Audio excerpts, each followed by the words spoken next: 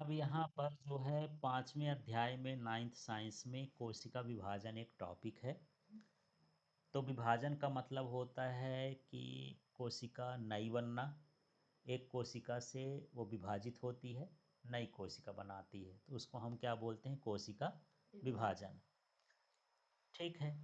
तो जीवधारियों में वृद्धि हो हेतु नई कोशिकाएं बनती हैं। ऐसा क्यों होती हैं? क्योंकि पुरानी कोशिकाएं या तो मृत हो जाती हैं या क्षतिग्रस्त हो जाती हैं, तो इनका प्रतिस्थापन करते हैं। प्रतिस्थापन माने इसको हटा के नई कोशिका बनाते हैं। ठीक है। और प्रजनन हेतु युग्मक बनते हैं।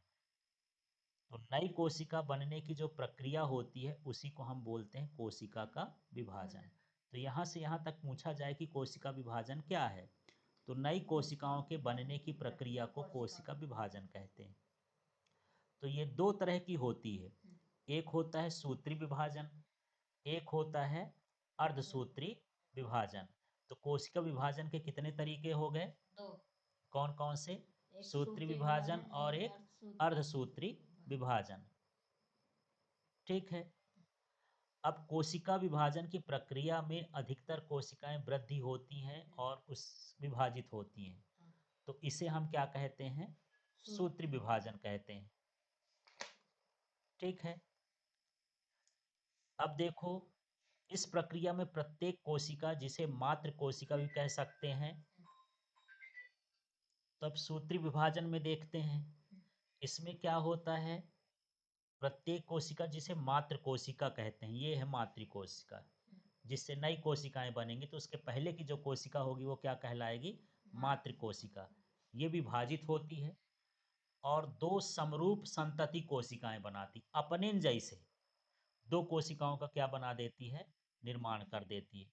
इसमें जो गुणसूत्रों की संख्या होती है मातृ कोशिका के समान होती है ना? जैसे मान के चलो कि इसमें यदि 4 गुणसूत्र हैं, तो जो नई कोशिका बनेगी उनके अंदर भी क्या रहेंगे? 4 गुणसूत्र रहेंगे। इसलिए इसको सूत्री विभाजन कहते हैं, क्योंकि इसमें गुणसूत्रों की संख्या कैसी होती है? समान होती है। अब इसका काम क्या है? समसूत्री विभाजन किन कोशिकाओं में होती है? जो जीवों की क्या करती हों? वृद्धि करती हों, और ऊतकों की क्या करती हों?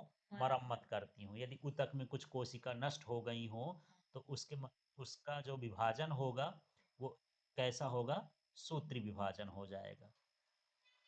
ठीक है। अब देखो, जंतुओं और पौधों में प्रजनन अंगों अथवा ऊतकों की विशेष कोशिकाएं विभाजित होकर के युग्मक बनाती हैं।